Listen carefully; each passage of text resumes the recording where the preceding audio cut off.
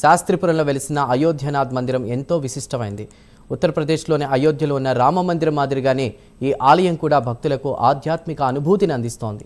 ఈ ఆలయంలో కొలువైనటువంటి శ్రీరాముడి విగ్రహం చాలా అరుదైందని, ఇలాంటి విగ్రహాలు భారతదేశంలో కేవలం 4 చోట్ల మాత్రమే ఉన్నాయి.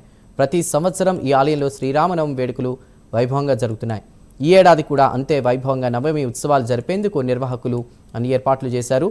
రేపు అభిజిత్ లగ్నంలో సీతారామ కళ్యాణ మహోత్సవాన్ని నిర్వహిస్తామని ఆలయ కమిటీ సభ్యులు తెలిపారు. ప్రతి ఒక్కరూ ఈ వేడుకలకు తరలివచ్చి విజయవంతం చేయాలని కోరుతున్నారు.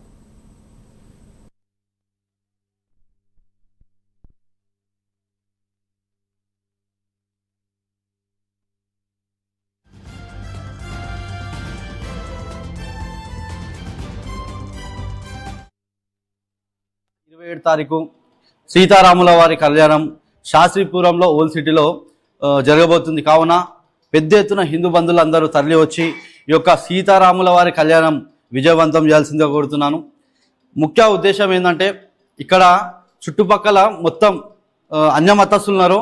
ఒకప్పుడు హిందూస్ ఉంటుండే. బాధాకరం ఏంటంటే, ఈరోజు మన రాముల వారిని వదిలేసి హిందూస్ అందరూ వలస వెళ్ళిపోయినారు అనమాట. వలస ఎందుకు వెళ్ళిపోయినారు అనేది మీ అందరికీ తెలుసు. కాబట్టి ఇక్కడ మన స్ట్రెంత్ అనేది టోటల్గా 0 ఉంది.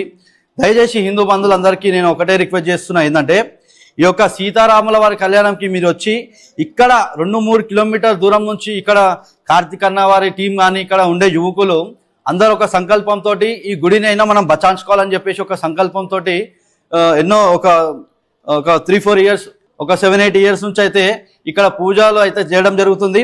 ఈ నెల 27 తారీఖు సీతారాముల వారి కళ్యాణం శాస్త్రీపురంలో ఓల్డ్ సిటీలో